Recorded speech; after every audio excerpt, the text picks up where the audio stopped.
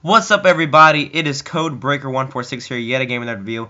It's your 2 videos a day that you have been knowing and starting to know at this point in my channel. I've been doing it for 3 days straight, but it's finally coming to a close. So we got Royal Rumble 2002, mate. And you know what? I'm about to do a review right now. Yeah, I've already done 2000 earlier today, so that'll be posted directly after this.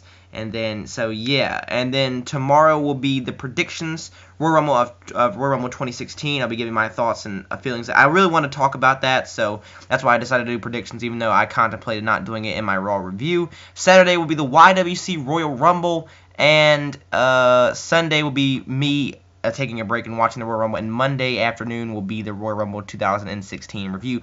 But enough about that. Let's get into the Royal Rumble 2002 show. So we kicked off the night with Spike Dudley and Taz, the tag team champions, versus the Dudley Boys along with Stacy Keibler. The Dudley Boys controlled most of this match with Spike Dudley they had most of the offense. Spike Dudley was just kind of controlled in their corner and whatnot, and then Spike Dudley made the hot tag to Taz. Taz locked in the Taz mission on Devon. Devon tapped out almost immediately. Spike and Taz retained their tag team championships. Solid opener, TV quality at best. Edge versus William Regal for the Intercontinental Championship was after this. I liked the little feud that they had, very physical. It wasn't just a match like, oh, you did this to me and now I hate you. It wasn't who's better. It was more of a straight up, these two guys don't like each other and they're going to be facing each other for the Intercontinental Championship. And yeah, that's how some feuds are today, and I wish there were more feuds just like that. These guys were just pissed off at each other, and they didn't like each other, and it showed that way in the ring. They obviously were good friends in real life, but I mean, it felt like they despised each other, and it was back and forth action. William Regal, with the whole brass knuckles thing, he was hiding somewhere different, and he was able to hit the brass knucks on Edge and be able to claim the Intercontinental Championship. So yeah, William Regal picks up the W, and they would have a brass knuckles on a pole match at No Way Out 2002. Yeah, then we got a women's championship match, WWF women's championship match. Trish Stratus versus Jazz with Jacqueline as a special guest referee for some reason. Trish Stratus won, solid women's match. So yeah, Street Fight, no DQ, no count out. Vince McMahon versus Ric Flair. So if you don't know, after Survivor Series 2001 and WWF has triumphed, and Stephanie McMahon and Shane had sold their stocks,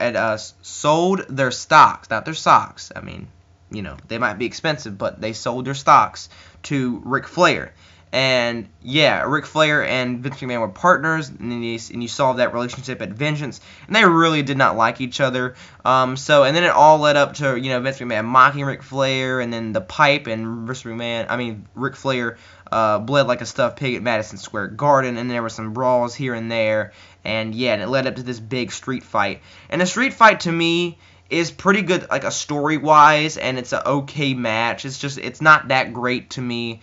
Vince McMahon was a great heel, strutting like Ric Flair. He took selfies at that time with a regular camera, not a digital camera, but just a camera, like a Nikon camera. He was like this with Ric Flair. So yeah, so those people that say Vince McMahon doesn't like Tyler Breeze, screw you. He invented that. I'm just kidding.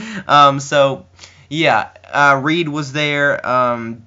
And then his Ric Flair's daughter, I can't remember her name. It wasn't Charlotte, but it was somebody else. But yeah, they were there live and in color, and Ric Flair got the win here. Ric Flair bled like a stuffed pig because it's anti-Ric Flair street fight, and Vince McMahon bled like a stuffed pig because it's anti-Vince McMahon match that was before the year 2008.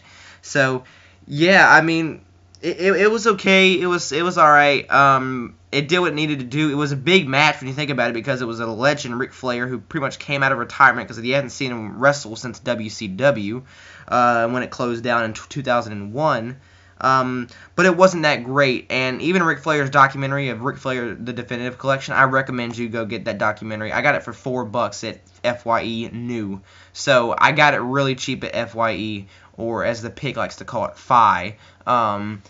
Yeah, none of you will get that. It's just when we talk about it, he calls it FI. But anyway, so yeah, it's just it's pretty cheap, and you need to go see it and check it out, because he talks about this and talks about how he was disappointed with this match, and then he got all his confidence back when he was wrestling Undertaker WrestleMania 18, and that gave him this huge, just boosted momentum, and like he felt like Ric Flair again, he said. So that's pretty cool how that kind of story behind this match, if you were wondering. Undisputed WWF Championship match, Chris Jericho versus The Rock. What a match. What a match. Really good in the beginning, but near the end, it was amazing. Overbooked to some points. You had Lance Storm and Christian come down and try to run interference. But that didn't really work out. The Rock hit a couple of rock bottoms. Chris Jericho was making fun of The Rock. Just a great dynamic story. Anytime Chris Jericho and The Rock get in the ring together, it's magic. It's really good, especially on the microphone when they trade promos. It's very fun to watch. And you know, both of those guys with the whole Chris Jericho right in front of The Rock's face, like that, making that face to The Rock, and The Rock's like he's just so mad and whatnot. It's really good. Chris Jericho won with his feet on the ropes with a roll up. And yeah, it was really good. Chris Jericho went through the table with The Rock from a rock bottom. Lots of good stuff in this match. Very good WWF Championship match. Is it as good as Benoit and Angle from 2003? No, but it's a very good championship match that I recommend you go see. Then we got to the 30-man Royal Rumble match. A very good Royal Rumble match. I thoroughly enjoyed this match. You know, we had Rikishi and Goldust started off. It was really based on the 4 guys that were from the Attitude Era that were returning. That was Goldust, Big Boss Man, and who else was it? It was Mr. Perfect and Godfather. So all those 4 legends were coming back in this Royal Rumble, and that was built in for the video package. Triple H returned just recently, like a couple weeks ago at this time, from, you know, that quad tear back in 2001. You had Undertaker, who was the big dog, and this is his ring and nobody else's. You had Stone Cold, who was in the mix of things, and so was Kurt Angle. And it was just a really good Royal Rumble. Lots of fun, entertaining spots. The Hardy Boys and Undertaker. Undertaker was cleaning house with a couple of different mid-carder guys and some jobbers. And then Maven came down, who was the winner of the first season of Tough Enough. And I've actually seen the whole season of Tough Enough for 2001 with Maven, and you know, there's Christopher Nowinski on it, and there's a couple other people on there. Nydia, I believe, is there, and Shaniqua, if you remember her from the Basham Brothers. Yeah, so she's on there. There's I think it's 2002, but Shad Gaspard, who is Shad from Crime Time, is on there as well. But I believe that's the second season. But I watched the first season all on W Network. It's a very fun show, and you'll understand who Maven is. And Maven, when he came into the business, you know, just from Tough Enough, is like, this kid is got to get his ass kicked by the Undertaker, but it hadn't happened because the Maven eliminated the Undertaker via a drop kick over the top rope, and Undertaker's face is like, and Undertaker got so freaking mad at Maven, he tore him to pieces, hit him with a vile chair shot, stuffed his face into some popcorn. They went and brawled out through the arena. But it wasn't even a brawl. Undertaker was just beating Maven's ass for throwing him out of the Royal Rumble. It was shocking. It got Maven over, and everybody knew who Maven was. Obviously, Maven didn't really achieve that much success. I mean, he got a couple hardcore championship reigns. He fought Shelton Benjamin for the IC champ at New Year's Revolution 05. But everything else is just kind of for Maven. And then he became a teacher, and I think now he's wrestling on the independent scene. But this definitely broke Maven in, and it was big time, and it was a way to legitimize him, and definitely did. And I wish WWE would do some out-of-the-box things like that, but with the biggest name was Undertaker, you're not going to find a substitute for that man. So, yeah, Undertaker beat the hell out of Scotty 2 Hotty because, you know, they got all the people's names right here on the list. I'm just kind of reading off. DDP, Chuck, you remember Billy and Chuck, Godfather, Albert, Perry Saturn, Stone Cold Steve Austin, Val Venus. Val Venus was a big part in that match as well. So yeah, that's another thing that they had. It was 5 guys, not just 4. Val Venus returned because he was once, you know, he was Chief Morley. By the way, one thing I want to acknowledge, in Royal Rumble 2003, they did the same spot with Undertaker and Maven. Maven tries to dropkick Undertaker, and it doesn't work out. No 2 years in a row. Undertaker throws out Maven. So fun little thing that I didn't mention in my 2003 review. Triple H came out, and then it was Triple H and Stone Cold Steve Austin facing off, and the Hurricane comes out, and he tries to choke slam both of these and tries to throw them over the top rope, and then they just look at him, and they both look at each other, and the Hurricane's like, and then just throw him out, and then JR's like, here in the can fly, damn it, and so, and that was great. Mr. Perfect, man. Kurt Hennig is he was still in good shape. That man could go at his age in 2002, and unfortunately he passed away. But man, that dude looked awesome in the ring at this point in time. I think he was one of the final final five in the ring. He had a nice little run. Kurt Angle was good. Big Show was all right. Kane, last year he was a big part in the Royal Rumble last year, and then this year he was big as well, but not as big as a role. One thing I didn't like because Rob Van Dam and Booker T, they were big in their roles before. Like, Rob Van Dam was a key role in the Alliance storyline, but he didn't have that big of an effect in this Royal Rumble. He was in there for maybe 4 to 5 minutes, and he was out. Booker T screwed Stone Cold Steve Austin like twice. Once at King of the Ring 01, and then again at Vengeance when he got fired.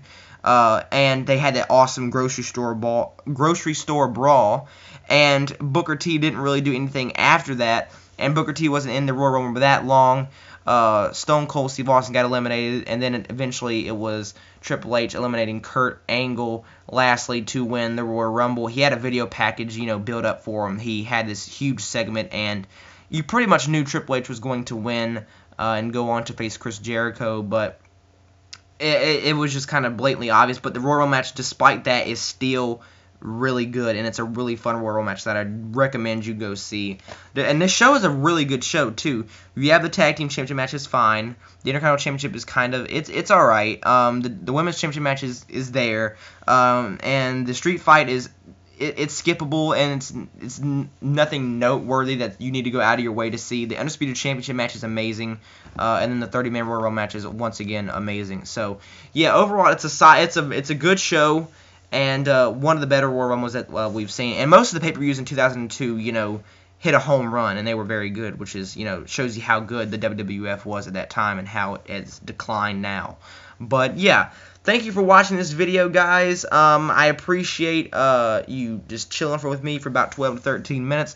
Like this video if you liked it. If you didn't like it, I'm very, very, very sorry. And comment down below what you thought about this Royal Rumble, anything that I brought up in this review, or anything that's coming up soon, before, you got any questions to ask about this channel, I'll let you know. Subscribe if you haven't already. If you're already subscribed, I appreciate that, and I appreciate you.